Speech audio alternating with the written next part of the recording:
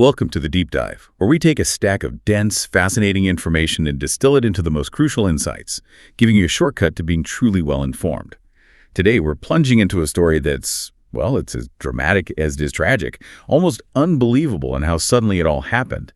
Imagine, if you will, a fully certified, specialized, heavy-lift cargo ship, not battling a raging storm out at sea, but sitting quietly in port during what seemed like a routine operation. Then, in just a matter of seconds, it capsizes, sinks, and tragically takes 2 lives with it. It's just a chilling reminder of how quickly things can unravel, even when all the checkboxes seem to be meticulously ticked. Indeed. And the stark reality of that scenario is exactly what we're here to explore today. We're talking about the Gabriella. She was a vessel sailing under the Netherlands Antilles flag, specifically designed as a heavy-lift cargo ship, a real specialist piece of kit. And on August 14th, 1986, while discharging cargo in Port Kembla harbour, that's in New South Wales, Australia, this apparently state-of-the-art vessel inexplicably turned over and sank. Right. And our mission today, really, is to cut through the technical jargon, the complexities of the official investigation report. We want to uncover the absolutely critical insights from this disaster. We're exploring not just the what, but the profound why and how behind the capsize. This isn't just retelling the story. It's a deep dive into how a seemingly meticulously planned operation can just fall apart, due to a series of interconnected failures. It reveals these hidden layers of responsibility and the crucial, hard-learned lessons that, honestly, still resonate today. Absolutely. And to guide us, we're drawing heavily from the preliminary investigation report. This was conducted by John Michael Quinlan, a principal marine surveyor appointed under the Navigation Act 1912. This guy literally went to the scene, he gathered police evidence, relied on scientific examination from Unisearch Ltd., interviewed the crew and numerous other personnel, and pored over detailed ship's documents. It's a goldmine, really, of specific facts, observations, and ultimately some pretty stark conclusions that we're going to unpack for you. What's truly fascinating here, and I think essential for our understanding, is that the report doesn't just tell us what happened. It meticulously reconstructs the entire sequence. It's quite detailed, and it highlights these seemingly minor details that when you look back with hindsight, they become profoundly significant. It allows us to truly understand the Gabriella's unique operational context and, well, the razor's edge it often operated on. Okay, let's unpack this vessel first then. The Gabriella, it wasn't just any cargo ship, right? And from what I understand, this was a highly specialized piece of engineering built for a very specific, very demanding purpose. Absolutely. You've hit on a crucial point there. The Gabriella was, well, quite a marvel for its time. Registered in Willemstad, Curaçao, Netherlands Antilles. Owned by Jumbo Scheepvaart Maatschappij NV, operated by Con Scheepvaart BV or Con Shipping. Built in Waterhausen in the Netherlands back in January 1974. And at its core, the Gabriella was, as you said, a specialized heavy-lift cargo ship, built specifically to move these incredibly large and heavy components, the kind of stuff most ships just couldn't handle on their own. So this wasn't some second-hand aging vessel we're talking about. This was a top-tier ship, really state-of-the-art for its role at the time. Oh, far from it. No, the ship held all the current international certificates. Your load line certificate, safety construction certificate, safety equipment certificate, all up to date. It was manned according to all international requirements. And crucially, it was assigned Bureau Veritas's highest class notation, I-33E plus heavy cargo deep sea. Okay, what does that actually mean, that notation? Well, it's not just a basic classification. It specifically indicates that the ship was designed, built, and approved for heavy cargo operations for deep-sea voyages, and it met the most stringent safety standards of Bureau Veritas, which is a leading classification society. So the key insight here is that, on paper at least, this ship was as robust and capable as a vessel of its type could be, specifically designed and certified for the exact type of demanding work it was doing right when it sank. That sets a really important baseline then. A ship engineered for this exact kind of colossal lifting. Now, how did it actually manage to lift these enormous loads? Tell us about its cargo handling gear, particularly the derricks and this specialized lifting yoke thing. Right, the gear. The Gabriella was equipped with 2 powerful derricks, serving its single cargo hold. Each derrick had what's called a safe working load, or SWL. That's the maximum weight it's certified to lift safely. For these derricks, it was 160 tons each, but only when operating at a specific angle, 47 degrees to the horizontal. Now, if the angle dropped to 25 degrees, the capacity reduced to 125 tons. Okay. And here's a critical point, an immediate insight from the report. No SWL was assigned for derrick angles below 25 degrees. Ah, so a very specific operational window. Exactly. It indicates a very specific, almost narrow operational envelope. Even a slight deviation from the planned angle could push the ship into an uncertified and potentially dangerous zone. So these weren't just big cranes. They had incredibly precise operational limits, almost like a tightrope walker's balance point. That immediately tells us about the microscopic precision required for such massive operations. Precisely. And what made the Gabriella truly capable for its heaviest lifts was its certification for tandem operation. Both derricks working together. Yes, both derricks working together, lifting up to an astounding 320 tons combined, provided, of course, that each individual derrick didn't exceed its own 160-ton limit. To do this, they used a specialized piece of equipment called a lifting yoke. Now, this wasn't a small accessory. It consisted of two parallel beams, each 17.5 meters long, weighing 11.5 tons themselves. Wow. These beams were connected by transverse structures. Now, here's a really critical detail, a profound insight that becomes absolutely central to the disaster later on. While the derricks, in theory, could lift 320 tons together, the lifting yoke itself had an SWL of only 240 tons. Wait, hang on. The derricks could lift more than the yoke connecting them to the load. That's right. And when you factor in the yoke's own weight, it was about 30 tons. The practical maximum load it could safely handle was effectively limited to 270 tons. That seems like a design bottleneck right there. A limitation that could easily catch you off guard if you weren't constantly aware of it. It is a practical limitation of the system, absolutely, and it's a crucial distinction. But what's even more fascinating, maybe chilling, and becomes profoundly significant, is the specific design of the yoke's transverse connections, the bits holding the two main beams together. These were held in place by what the report describes as lightly welded plates. Lightly welded. On something designed for heavy lifting. Exactly. The report explicitly states these plates were not designed to withstand any significant loads beyond those encountered during just assembling and deploying the yoke. They were basically there to hold the components together during setup, not for bearing the immense stress of a massive suspended load. This is a profound insight into how a seemingly minor component, not designed for structural load, can become the Achilles heel in a system designed for immense strength. It's a vital detail that really foreshadows a critical point of failure. Okay, so the connections holding the yoke together weren't designed for the actual heavy lifting, even though the yoke itself was for heavy lifting. That's a stark contrast between design intent and potential real-world stress. What about the maintenance records for all this mighty gear? Was it all, up to snuff, checked regularly? Well, on paper, yes. The records seem to indicate compliance. The ship's register of cargo gear showed it complied with the Dutch laws regarding testing and periodic examination. The quadrennial examinations, those are the big 4-year checks for the forward derrick, were done in 1983, and for the aft derrick in 1982. And there was a visual inspection of all the cargo gear in April 1986, just a few months before the accident, which found it in good condition. Okay, sounds standard. But here's where a crucial conflict in the evidence emerges. A point that raises serious questions. The master, during his interview for the investigation, stated that he personally carried out the last annual examination of the cargo gear on July 8, 1986, just over a month before, in Higashi-Harima, Japan. He claimed he checked all derricks and wire ropes all the time while they were in Port Kembla and found them in good condition. He specifically said he noticed no broken strand wires. So he's saying he personally checked it recently and it was fine. Yes, and this specific claim will become a central point of contention for the investigation because it directly clashes with the physical evidence later uncovered from the broken wire rope. Right. So on one hand, official records showing checks, the master claiming diligent inspection. On the other, this detail about lightly welded plates on a critical component and the master's claim that's going to be challenged. It already feels like there are some significant cracks in the facade, perhaps. But the ship had another unique feature to handle these immense loads, didn't it? These pontoon stabilizers. How did those work and how crucial were they really? Ah, yes, the pontoon stabilizers. An ingenious system, really. And honestly, understanding their function is absolutely critical to understanding how the Gabriella stayed stable, or rather how it was supposed to stay stable. And it's vital to emphasize this. These weren't counterweights, like filling a ballast tank on the opposite side. Their sole purpose was to increase the ship's initial stability. How did they do that? Specifically, they increased its metacentric height, or GM. Think of metacentric height as like how resistant a ship is to tipping over. The higher the GM, the more stable it is, the quicker it wants to right itself.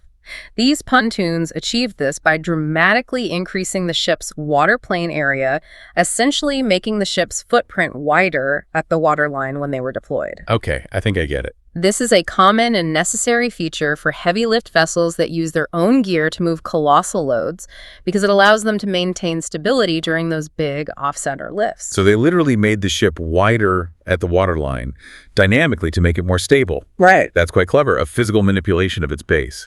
Can you give us a sense of just how much difference these pontoons made? Were they really that crucial or just a helpful addition?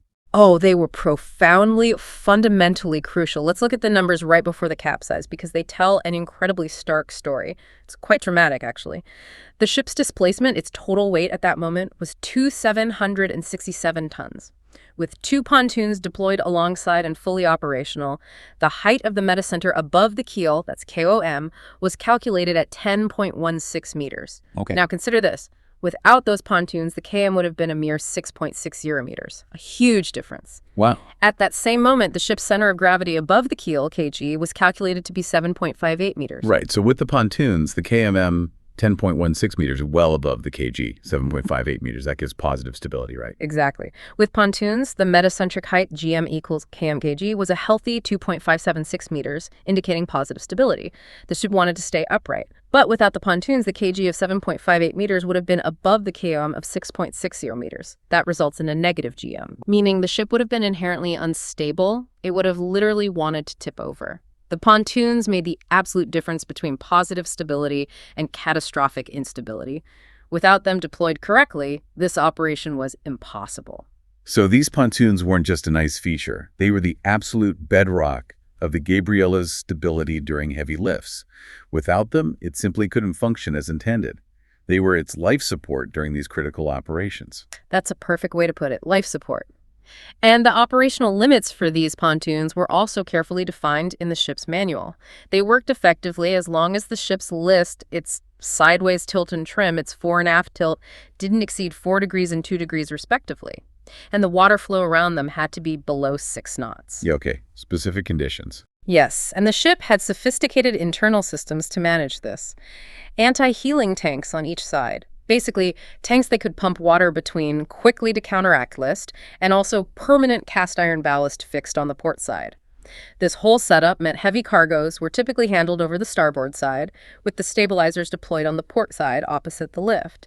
The master had detailed instructions for all this in a specific manual titled Loading and Discharging of Heavy Cargoes. Sounds like a very well thought out system then, but with very, very precise parameters that needed constant monitoring and managing.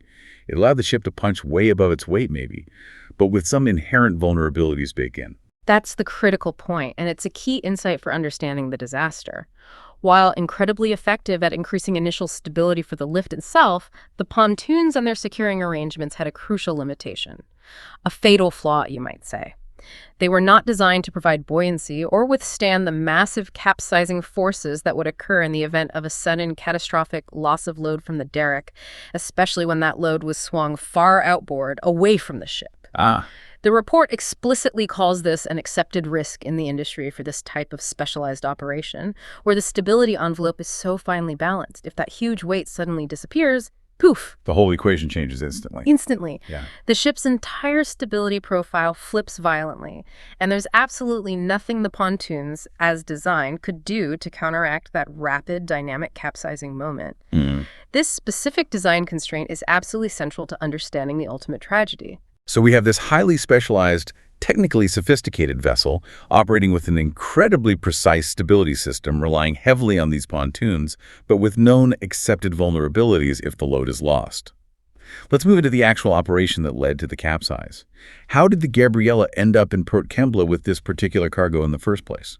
Okay, so the voyage began with a contract. Signed in Geneva back on May 28, 1986. Jumbo Navigation NV contracted with Broken Hill Proprietary Company Ltd, BHP, the big Australian company for the shipment of nearly 1,900 metric tons of slab caster components. These components were destined for BHP's new steel plant being built in Port Kembla. They were coming from Higashi Harima in Japan. The freight cost alone was valued at over US $200,000, so a significant job. Slab caster components. That sounds like significant industrial kit. We're talking about really big stuff here, aren't we? Heavy pieces. Oh, you're absolutely right. Among the most critical items were two massive pieces, specifically called turning frames. These were monsters. Initially, they were pre-calculated to weigh up to 240 tons each. Interestingly, the manufacturer marked them slightly lower, at 227.8 tons. But then, post-discharge weighing in Port Kembla found they were actually 235.6 tons and 237.95 tons, respectively. So even heavier than mark. A bit heavier, yeah. Though the investigation noted the slight variation wasn't considered significant to the cause of the accident itself, but it just highlights the sheer immense scale of the cargo we're dealing with. And get this. Each of these turning frames was valued at approximately $1.7 million back in 1986. Wow. These were not everyday items. They were critical, high-value components for heavy industry. So incredibly valuable, incredibly heavy. This wasn't some last-minute slapdash job then. It must have required meticulous planning, especially given the ship's specialized nature and those operational limits we talked about. Absolutely. The contract itself emphasized the thorough planning undertaken by both Con Shipping, the operators, and BHP, the client. They meticulously planned the entire operation, from loading in Japan right through to discharge in Port Kembla, specifically looking at feasibility and safety at every single stage. For instance, given the height of the wharf at Port Kembla and the limited outreach of the Gabriella's derricks, it was determined very early on that the turning frames had to be discharged after most of the other components were already off. Why was that? And crucially, they had to do it close to high water. This was purely to provide sufficient clearance to land them safely onto the low loader, which is basically a specialized heavy-duty flatbed trailer waiting on the wharf. Okay, that makes sense. So this shows a very detailed, risk-assessed approach right from the beginning. It highlights the complex dance, the choreography almost, required for these kinds of operations. That's a lot of foresight. Mm-hmm. What was the journey itself like, bringing these massive components across the ocean from Japan to Australia?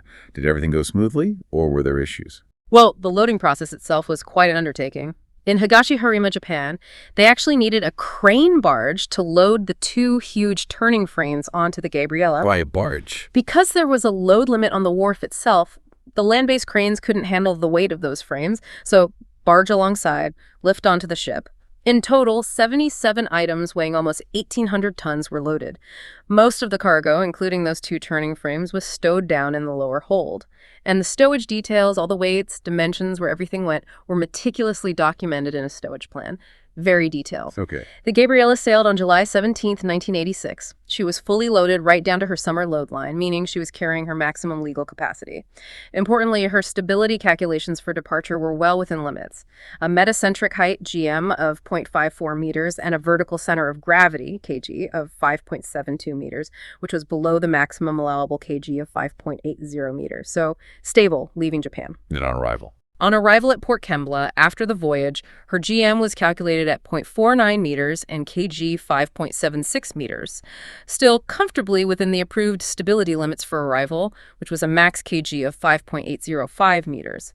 So the bottom line is the ship met all stability requirements for the voyage itself. It arrived as a safe, stable platform. So even after crossing the ocean with that massive heavy cargo, it was still a stable vessel, exactly as designed and calculated. But I seem to remember reading something about heavy weather, though. Didn't it encounter some rough seas near Australia that could have, impacted things before it even got into port? It did, yes. The voyage proceeded pretty normally until August 5th, when it ran into very heavy weather just off the coast near its destination, Port Kembla. The ship was actually forced to heave that means basically holding its position against the severe weather without making forward progress off the coast for several days. During this period, some of the cargo did shift slightly, and the ship sustained some minor structural damage, things like dents and buckled plates. So there was some impact. Did it affect stability? Well, it did develop a list from the shifted cargo, but the crew was able to control it using the ballast systems. And the key finding from the investigation on this point is explicit. This heavy weather incident, the cargo shift, the minor damage, it had no significant influence on the subsequent capsize and sinking that happened later in Port Kembla Harbor. Okay, that's important. Yes, it's an important distinction to make. It rules out a pre-existing condition from the storm as being the root cause of the final disaster. The ship was deemed fit to continue operations once it berthed. So the stage is set. The Gabriella arrives in Port Kembla, stable, cargo carefully loaded, plans meticulously made, and seemingly unaffected in any critical way by the prior rough weather. How did the discharge operation proceed once it actually berthed alongside the wharf? Right. The Gabriella berthed starboard side 2 at number 2 Products Berth on August 10th. Initially, regular wharf cranes were used to discharge most of the general cargo, standard stuff. However, a strategic decision was made, and this is important, to leave 3 specific lifts, totaling 138 tons, lashed down securely on the port side of the lower hold. Why leave cargo on board? These were intentionally kept on board specifically to assist with the ballast operations during the discharge of the 2 massive turning frames, which were going to be lifted using the ship's own derricks over the starboard side. So that cargo acted as a kind of fixed counterweight. Exactly, a crucial counterweight on the port side to help balance the heavy lifts happening on the starboard side. It was a calculated move, part of the plan to aid stability during those critical moments. That's a very specific tactical move, leaving cargo on board, almost like a temporary adjustable ballast in a way. And then came the first of the big list, the first turning frame, right? How did that operation go? Yeah. The discharge of the first turning frame commenced on the afternoon of August 13th. This operation used both of the ship's 160-ton derricks working in tandem, connected via that lifting yoke we discussed. It began around 12:30 p.m. and was fully completed by 5:00 p.m. that evening. And crucially, the report states no problems were encountered during this first lift. Okay, so the first one went off without a hitch. Took a while, though, 4.5 hours? Yes, but the length of time taken, over 4 hours, was considered perfectly normal for such a complex, heavy lift operation. This wasn't something you rushed. It was primarily slow due to the necessity of swinging the load outboard incrementally, move it a bit, stop, check, adjust, and then meticulously pumping ballast water within the ship.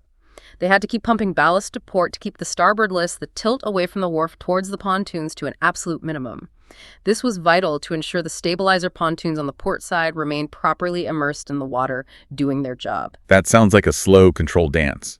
A really delicate balancing act between the ship's stability, the ballast water, and this massive weight being moved millimeter by millimeter almost. It really underscores the precision needed. It absolutely was a delicate dance, and the master maintained direct and precise control over the entire operation. He wasn't just delegating. He used hand signals for the waishmen who were operating the derrick winches. He used radio orders for the second mate up in the wheelhouse, who was managing the main ballast pumps, and verbal orders for the second engineer who controlled other ballast tanks. A real conductor. Wow, so total command and control. Total command. And he received constant feedback. Radio advice on the ship's angle of heel, the list, from the clinometer, that's the instrument measuring the tilt, which was monitored in the wheelhouse, plus visual checks on the stabilizer pontoons from the first mate, who was positioned to see them and confirm they remain properly immersed and securely attached at all times. What about other people? Were there dock workers around? For safety, the waterside workers, the dockers, they were only on board for the initial slinging of the load and then the final unslinging once it was landed. They actually left the ship completely during the lift itself, standard procedure for heavy lifts. Okay. So this paints a picture of a highly orchestrated, professional, and seemingly very safe operation for that first lift, managed by an experienced master. It was clearly a well-practiced procedure they'd done before. So everything seems to be going precisely by the book. A well-oiled machine for the first lift. Smooth, controlled, safe. Then came the morning of August 14th, the day of the second turning frame lift. Given all this precision and planning, what on earth possibly could have gone wrong? Well, on the morning of August 14th, preparations for discharging the second turning frame seemed to follow exactly the same careful protocol as the day before. Waterside workers completed the slinging of the load by about 8:30 a.m., and as per the safety procedures, they then left the ship. That 138 tons of other cargo intentionally left on the port side of the hold remained securely lashed in place, still acting as that crucial counterweight. Shortly after the dock workers left, the master, who was positioned on the starboard side of the deck where he could oversee everything, received confirmation from the first mate down in the hold that all was ready. He then signaled the winchmen to commence lifting. Take the weight. Okay, lift commences. What was the ship's list like at that precise moment, just before the weight came off the deck? Was it sitting level? Just immediately prior to lifting, the report notes there was a very small list to port, about half a degree, almost negligible. Once the immense load was floated, which happened around 9:15 a.m., according to the master's testimony, the second mate up in the wheelhouse reported back that the list had shifted, as expected, to half a degree to starboard. The weight coming off the ship's structure pulled it slightly that way. The discharge then proceeded, initially, exactly as it had for the first turning frame the day before. Slow and steady. The master meticulously swung the derricks out towards the wharf in small, controlled stages. He was careful to ensure the lifting yoke remained horizontal and that the runner wires, those are the main lifting cables running through the blocks, remained perfectly vertical. No sideways strain. And he was still using that constant, careful ballasting technique to maintain stability, just like with the first frame. Checking the list, adjusting ballast, swinging a bit more. Yes, that exact careful process was repeated throughout the morning. As soon as the starboard list reached 1.5 degrees, the master halted the swinging operation. Stop. He then ordered the second engineer to start filling number 3 port double-bottom water ballast tank. That's a large tank located right in the bottom structure of the ship, on the port side, designed to be filled with seawater for stability. And simultaneously, he instructed the second mate via radio to transfer water ballast from the starboard upper anti-heeling tank across to the port lower anti-heeling tank, shifting weight internally. Okay, counteracting the list. Precisely. This brought the list back down to just 0.5 degree starboard. Then, commence swinging again. This precise stop-and-go ballasting and swinging procedure continued until around 11:45 a.m. the turning frame was finally positioned high up, suspended over the wharf, ready to be lowered. At this critical point, the ship was sitting with a list of about 0.5 degree to starboard. A perfectly controlled, stable state, according to the plan. Okay, so the load is suspended, ready. It's 10.9 meters outboard, to starboard of the ship's centerline. We're talking about that 237.95-ton component. It's being counterbalanced by 390 tons of fuel and water already in the port tanks, plus that extra 138 tons of cargo deliberately left on the port side of the hold. Everything seems perfectly under control, a steady state. But this is where it gets really interesting, isn't it? This is the critical moment when things begin to deviate. Catastrophically. This is indeed the crucial juncture, where the narrative takes a sudden, chilling turn. According to multiple eyewitnesses, the report mentions 6 different individuals, all of them ashore on the wharf or nearby at approximately 11:45 a.m., while the load was being lifted just slightly. Maybe to get final positioning right before the low-loader truck came underneath, they heard a startling noise. They described it as a loud bang, or an unusual noise, something sharp, metallic, out of place. A loud bang. What did they see? Their attention was immediately drawn to this sound, and they looked up. They observed that one single strand in the forward runner wire had broken.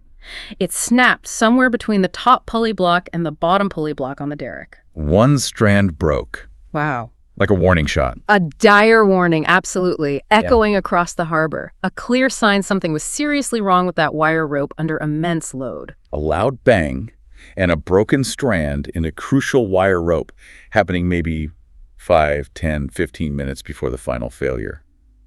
That sounds like a massive, massive red flag, an urgent warning sign. What did the investigation uncover about how the master and the crew responded to that initial crucial event? Did they stop? Did they check? And here lies a truly significant and frankly deeply troubling discrepancy in the evidence presented to the inquiry. None of the ship's crew members who were interviewed, including the master himself, referred to this reported initial strand break. Not a single one mentioned hearing a bang or seeing a broken strand. They didn't mention it at all. No. The master explicitly denied any knowledge of it happening. This was despite an allegation, which the investigator noted, that a waterside worker who had observed it from the wharf actually brought it to the master's attention. So someone might have told him. And he still denied knowing. That was the allegation raised. Whether it was true or not, the master's official position was he knew nothing about an initial strand break. This conflict in evidence is a really key point of the investigation because you have multiple independent casual observers ashore noticing this alarming event, hearing the noise, seeing the result, while the person in direct command claimed to be completely unaware. It's puzzling, to say the least. It certainly raises questions. Yes. Nevertheless, despite this potential warning sign apparently going unheeded on board, the operation continued. The load was positioned high enough. The low-loader vehicle was backed underneath the suspended turning frame on the wharf. The bottom of the huge load was now hovering about 1 meter above its final resting position on the low-loader's platform. And the master gave the signal, and the process of lowering commenced. So the lowering begins. With a critical wire rope now compromised, potentially with one strand already gone, and the master supposedly unaware, or at least claiming to be, what happened next? This must have been the point of no return. Almost immediately after lowering, commenced literally seconds, and roughly 5 to 15 minutes after that alleged first strand break was observed by the people ashore, the forward runner wire broke completely. Utter failure. The entire 237.95-ton load plummeted that last meter or so, crashing down onto the low-loader vehicle. This catastrophic failure occurred around 11:50 a.m. The investigation concluded it happened right at the point when that weakened, compromised section of the rope, possibly already missing a strand, entered the top sheave, the top pulley wheel, where the bending stresses are highest. That was the final straw. Oh my God. The ship, suddenly instantly relieved of nearly 240 tons of weight, pulling it down on the starboard side. That's got to have a violent, immediate reaction, right? It's like releasing a giant, tightly coiled spring underwater. The reaction was instantaneous and incredibly violent, exactly as you described. A massive, sudden imbalance. The ship rolled dramatically, uncontrollably, to port away from the wharf, towards the side with the pontoons, and those lightly welded retaining plates on the lifting yoke, the ones we discussed earlier, those connections not designed for significant structural load, they immediately parted at the connection point between the yoke and the derrick falls. Pop. So the ship just detached itself from the load, Completely freeing the ship from the now landed load. According to eyewitnesses, in approximately 2 to 3 seconds, the ship rolled about 45 degrees to port, just flung over. The roll momentarily slowed at that point, witnesses said, and then seawater began to pour into the large, open cargo hold through the open hatches, which were necessary for the discharge operation. Oh no, open hatches. Open hatches. Once the water started flooding in like that, there was no stopping it.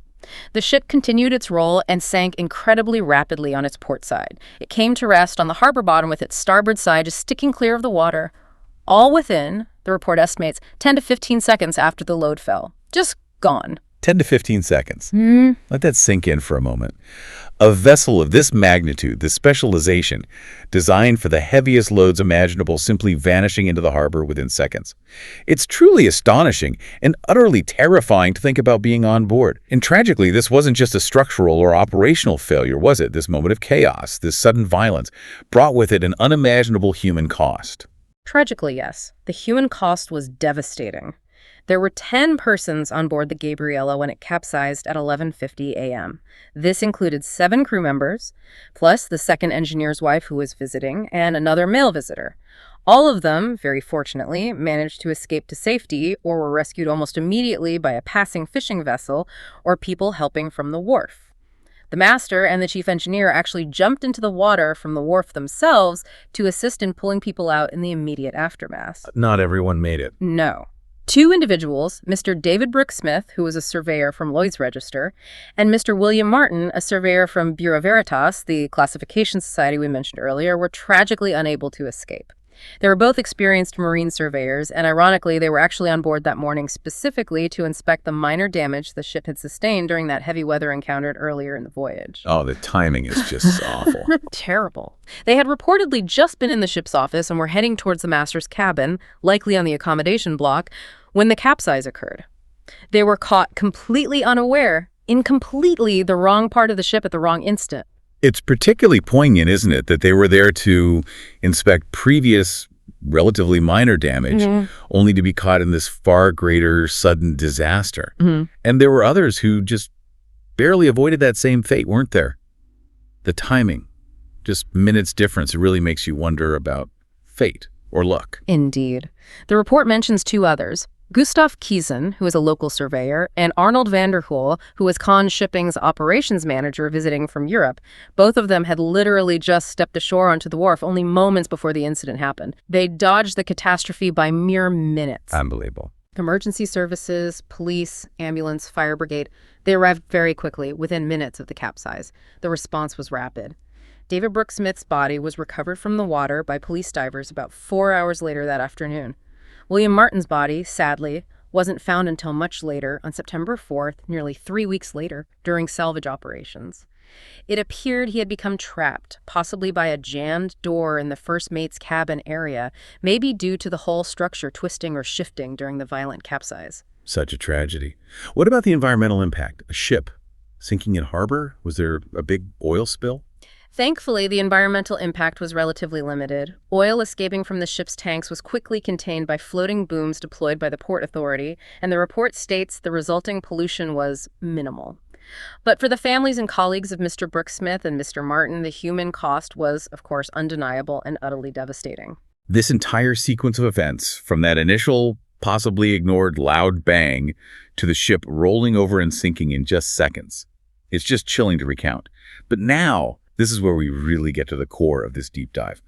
The official investigation, led by John Quinlan, dug deep into why this happened. What were their key observations, particularly about that wire rope, which seems to be the absolute linchpin here? You're right. The condition of that forward derrick runner wire rope truly was the smoking gun in this investigation. And the report, based on Quinlan's own examination plus expert analysis, pulls absolutely no punches. It's quite scathing, actually. Quinlan personally examined 3 separate sections of the broken rope after they were recovered, and his observations were damning, starting with the winch end, the part nearest the winch drum. He noted that while it appeared in reasonably good condition externally, just looking at it, a closer look revealed a number of small internal filler wires had actually broken inside the rope. Broken inside. Due to corrosion. Their broken ends had even sprung out slightly between the main strands.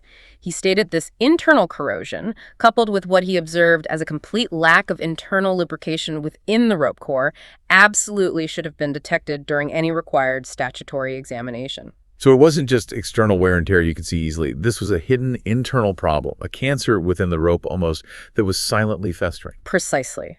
It highlights the danger of just relying on external appearance for wire rope inspection. The fixed end of the rope, the other main section recovered, a 23.6-meter length, also showed similar issues. Looked okay on the outside, but clear evidence of internal corrosion of those crucial filler wires. But the most critical piece of evidence, the real smoking gun, came from the intermediate length. This was a short section, only about 1 meter long, which Senior Constable Strick of the NSW Police Scientific Investigations Section recovered directly from the low-loader vehicle, right where the load had fallen, immediately after the accident. What did that piece show? This section, which almost certainly contained the actual point of final failure, revealed extensive lack of external lubrication and a complete lack of lubrication internally. It was dry as a bone inside. And even more alarming, Quinlan noted, heavy external and internal corrosion was evident together with a large proportion of wire ends, the appearance of which indicated they had corroded completely through some time prior to the accident. Corroded completely through some time prior. That doesn't sound like a sudden failure at all. That sounds like a disaster that had been developing, waiting to happen for potentially a long time. This wasn't a fresh break. It was the culmination of long-term decay. And this directly, flatly contradicts the master's earlier statement, doesn't it? Where he claimed he'd personally checked it just weeks before and everything was in good condition. It absolutely does. And the investigator, Quinlan, was explicit about this conflict. He stated in his report that this defective rope, particularly the state of that intermediate section, ought to have been detected, then referring to the master's claimed July examination, and should have led to replacement. This directly, and pretty definitively, contradicts the master's sworn testimony that he carried out an annual examination on July 8, 1986, and found all derrick runners and wire ropes in good condition. The physical evidence recovered from the rope itself tells a very, very different story. A story of long-term neglect and, critically, a failure of inspection. It's a stark insight into the potentially fatal gap between procedure and reality. That's a huge finding, just devastating for the credibility of the ship's maintenance oversight. But the investigation didn't just rely on Quinlan's visual inspection, expert though he was. They brought in scientific experts too, right? To truly confirm the rope's state with metallurgical analysis. Yes, absolutely. They sent samples to Unisearch Limited, which is the commercial research arm of the University of New South Wales. They conducted detailed metallurgical tests, and their findings completely confirmed the investigators' visual observations, adding that crucial layer of scientific certainty. Their report concluded that the rope's breaking load had plummeted dramatically due to this extensive corrosion. From an initial as new braiding strength estimated at 94.4 tons back in 1981, when it was likely installed, it had decreased to an estimated actual failure load of just 35 tons at the point where it broke. 35 tons. That's a massive reduction, less than half its original strength. Huge reduction. Unisearch stated the strength reduction was beyond any reasonable doubt due to the corrosion they observed. They also explained the mechanics of the failure. While the static load contribution from the 237.95-ton turning frame, divided among the 10 falls of wire in the derrick's reeving system, that's the pulley system that multiplies lifting power, was only about 13.28 tons per fall of rope. Okay, that sounds well within the 35-ton degraded strength. Right, the static load itself wasn't enough to break it. However, Unisearch explained that the stiffness of the rope, which was significantly increased by all that internal rust and lack of lubrication, generated significant additional dynamic forces. They estimated that a force of at least 30 tons was developed simply in bending the stiffened, corroded rope around the sheaves, the pulley wheels, particularly the top sheave where the final break occurred. So the bending stress was huge because the rope couldn't flex properly anymore? Exactly. That bending stress, when combined with the static load from the weight, around 13 tons, was more than sufficient to exceed the rope's severely reduced braking load of only 35 tons. The rope essentially snapped under the strain of just being used, let alone lifting the load. Wow.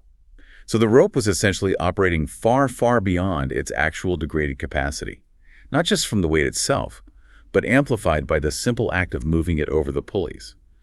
The internal damage magnified the stress points catastrophically. And what about that loud bang that the eyewitnesses ashore heard before the final break? Was that confirmed as a legitimate warning sign? Did the investigation believe those witnesses? Yes, the investigator explicitly addressed this. He found the statements of the 6 independent eyewitnesses regarding one strand breaking 5 to 15 minutes prior to the final snap to be reliable and consistent. He accepted their account. He concluded that a loud bang, just as they described, is indeed typical of a wire rope strand failing suddenly under heavy load. It's a known phenomenon. The fact that the master denied any knowledge of this initial break, despite multiple uninvolved observers on the wharf noticing it, raises, as the report delicately puts it, serious questions about vigilance and situational awareness on board the vessel at that critical time. Serious questions indeed. Did the physical evidence back up the idea of an earlier strand break too? Yes, it did. The analysis showed the rope ultimately parted when the weakened section entered the top block, which is precisely where the bending stress would be highest, especially if a strand was already broken. And notably, metallurgical examination of that intermediate length of rope found on the low loader confirmed that one entire strand was indeed missing from the rope structure in that section, strongly supporting the eyewitness allegations of an earlier single-strand failure. Where did the missing strand go? The thinking is that this unraveled strand, being more exposed after breaking initially, likely broke into smaller pieces and disintegrated as the rest of the rope rapidly unreeved through the blocks during the final catastrophic failure. It wouldn't have stayed intact. So putting it all together, the evidence points to a rope that was severely compromised by long-term hidden corrosion.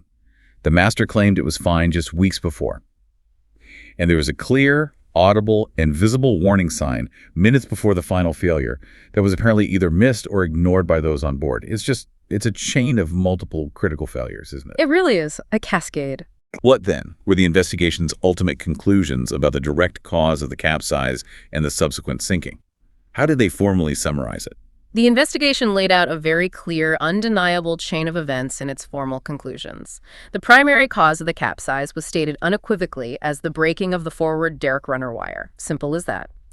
This break occurred while a massive load of 237.95 tons was suspended outboard to starboard over the wharf, and while the ship was heavily ballasted to port specifically to keep those critical stabilizer pontoons properly immersed. That combination was key. And the capsize itself was inevitable once the wire broke. Yes.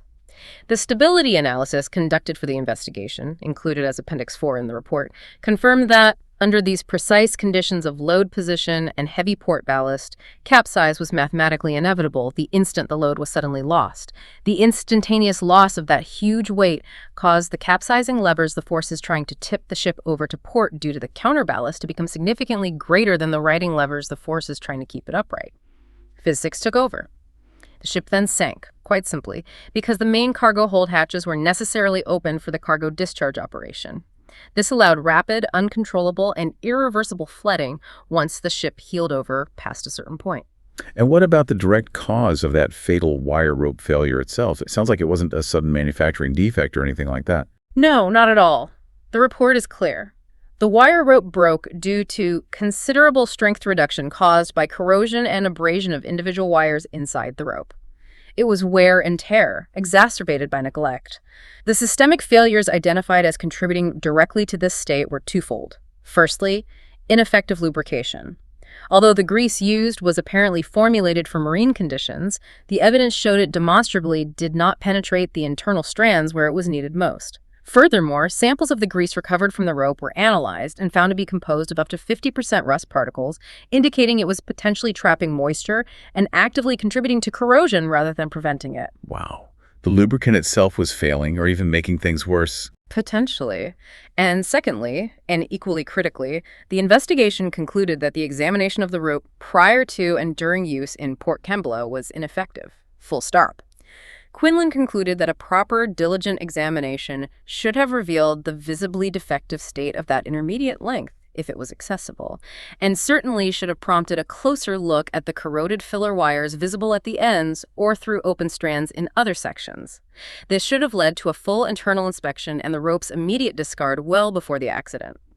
The report specifically drew attention to the existence of Australian Standard 2759/1985, which deals with steel wire rope use and maintenance, including lubrication and inspection criteria, indicating a clear benchmark for good practice existed but was demonstrably not met.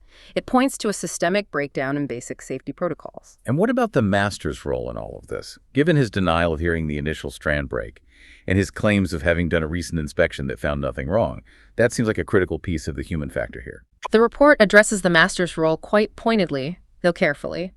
It states that if the master was indeed unaware of the initial strand break, as he claimed, then it would appear that he ought to have been. Meaning he should have known. Essentially, yes. The implication is that, given the loud noise reported by multiple independent witnesses ashore, a vigilant commander overseeing such a critical operation should have been aware of it.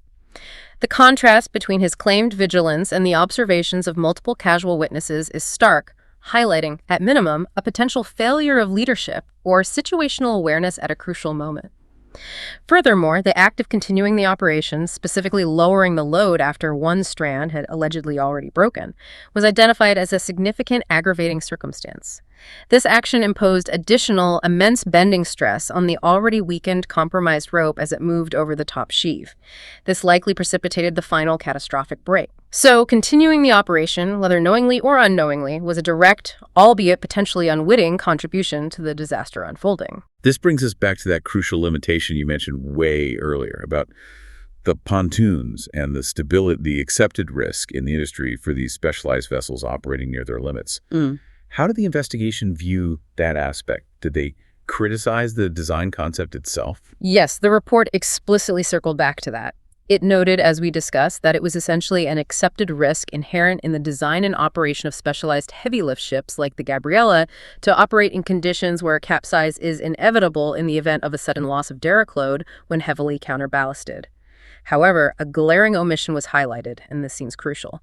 The detailed instructions supplied by the owners and operators, Con Shipping, specifically for conducting heavy lift operations on the Gabriella, make no reference to this inherent risk of capsize upon load failure. Really? The operating manual didn't mention the ship could capsize if the load dropped? Apparently not, according to the investigators' review of the documentation provided.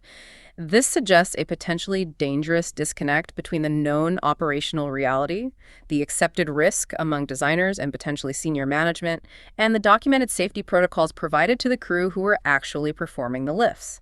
It seems like a failure to clearly communicate a known critical vulnerability to those on the front line who were directly managing the lifts and the associated risks. That's a major finding. It's one thing to accept a risk if you understand it and plan for it. It's quite another if it's not even mentioned in the procedures. Exactly. It's an important insight. Simply accepting a risk isn't enough.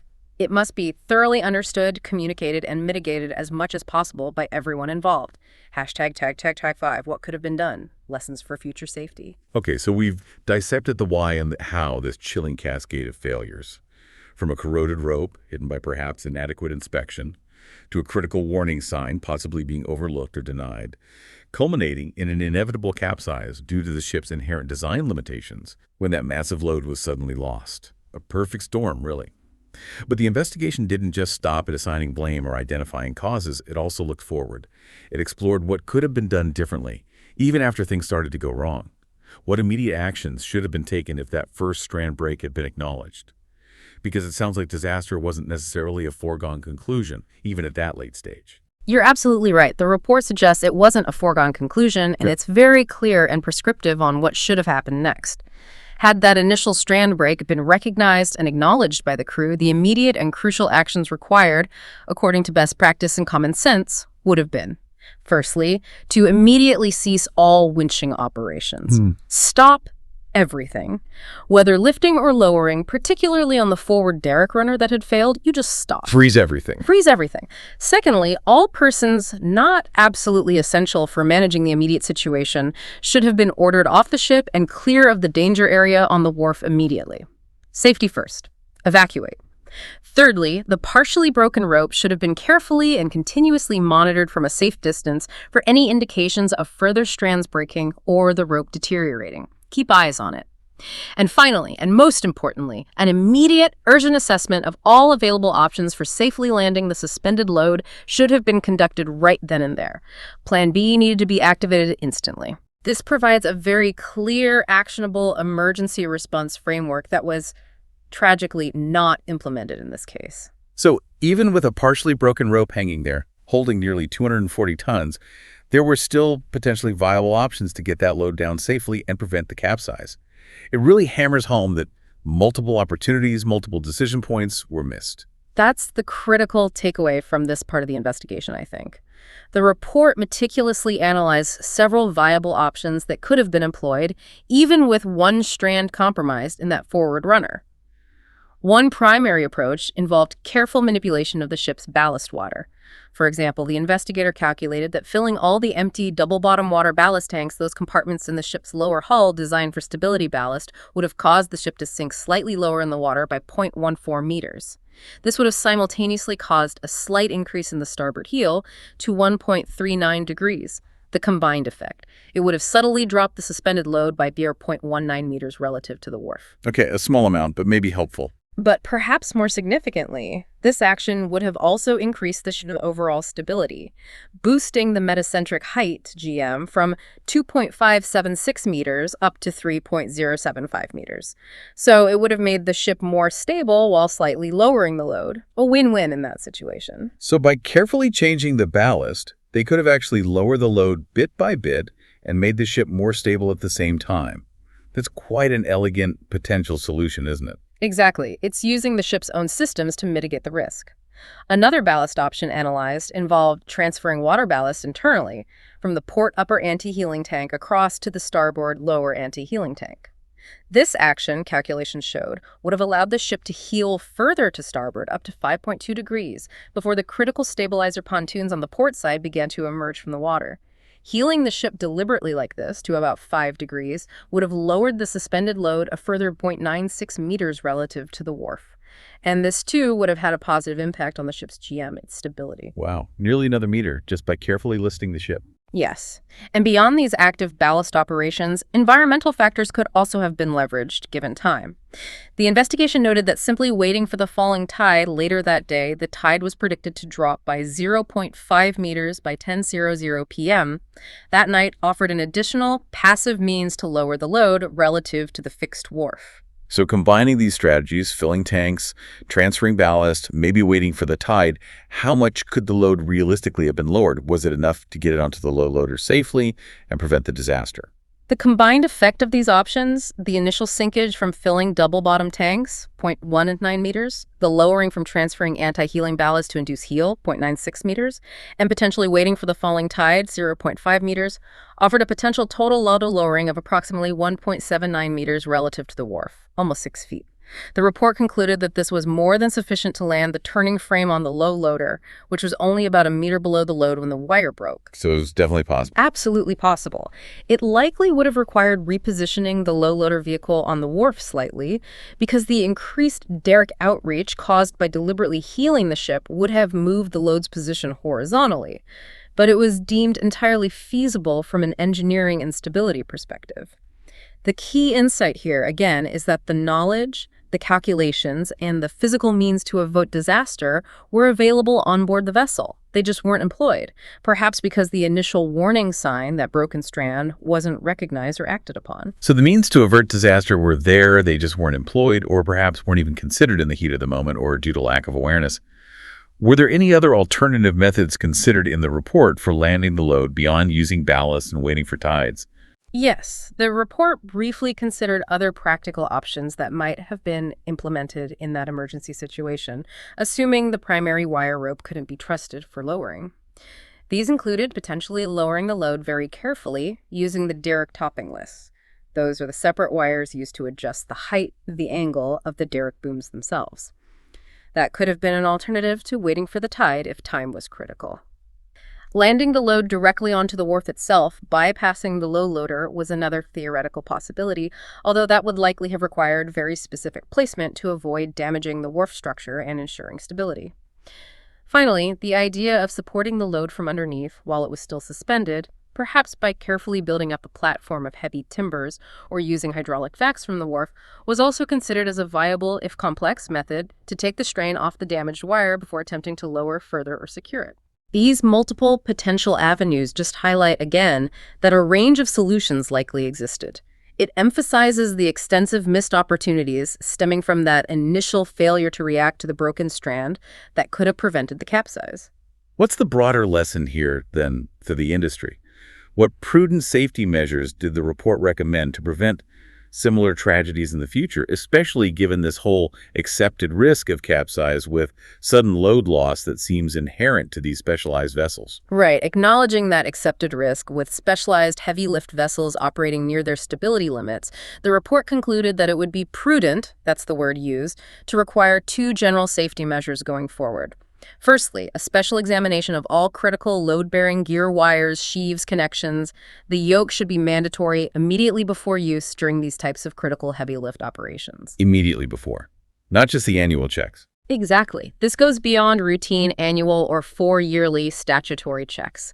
It demands a real-time, pre-operational, focused inspection of the most critical components right before they are subjected to extreme loads.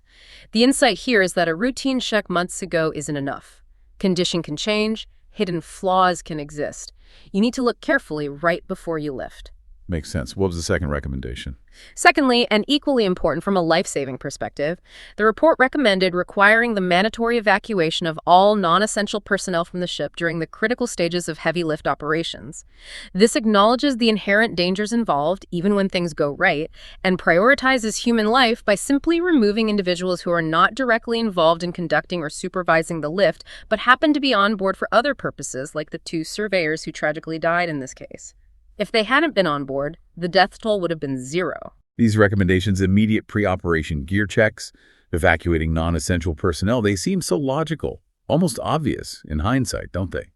But what are the real-world barriers, do you think, that might prevent them from being universally adopted or ensure they're done properly? What does a special examination truly entail, and how do you ensure it's not just another box-ticking exercise, but a genuine deep dive into the integrity of the equipment right then and there? That's a really crucial question because the gap between something seeming logical in a report and it being effectively implemented consistently across an industry is often vast. Real-world barriers can absolutely include time pressures. These operations are expensive, delays cost money, there are cost considerations for more thorough inspections or specialized testing. And frankly, there's often a culture of complacency and "it's always been done this way" or "it won't happen to us" attitude that can override best practices, especially after a period without incidents. A meaningful special examination shouldn't just be a quick walk-around visual check. It needs to be rigorous. It might involve hands-on inspection, perhaps using tools to open up parts of the rope structure to check internal lubrication and corrosion, maybe even employing non-destructive testing methods if practical. It's about fostering a mindset where safety isn't just a procedure written down somewhere, but a continuous active process of critical assessment and vigilance. It demands a fundamental shift from being reactive, fixing things after they break, to being proactive, from routine box ticking to genuine questioning vigilance. And crucially, it requires creating an environment, a safety culture, where even a seemingly minor observation, like a casual witness hearing a loud bang, is taken seriously, reported immediately, and investigated thoroughly before proceeding. That cultural aspect is perhaps the hardest but most important barrier to overcome. #outro. So, let's try and wrap this up. What does this all mean for us looking back at the Gabriella? It's clear that the capsize wasn't down to a single isolated failure, was it? It was, as you said, a chilling cascade, a confluence of seemingly disparate elements all unraveling at once.